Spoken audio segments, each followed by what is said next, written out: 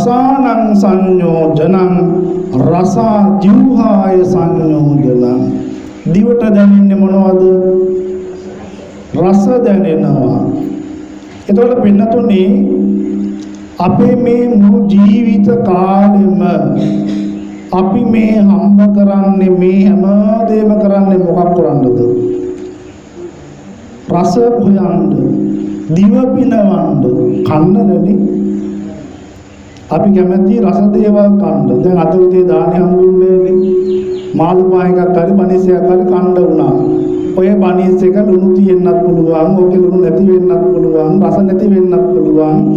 හැබැයි අපි ඒ රස හොයනවද නැද්ද? රස හොයනවා.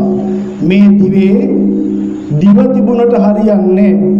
දිවටත් හිතක් එන්න ඕන.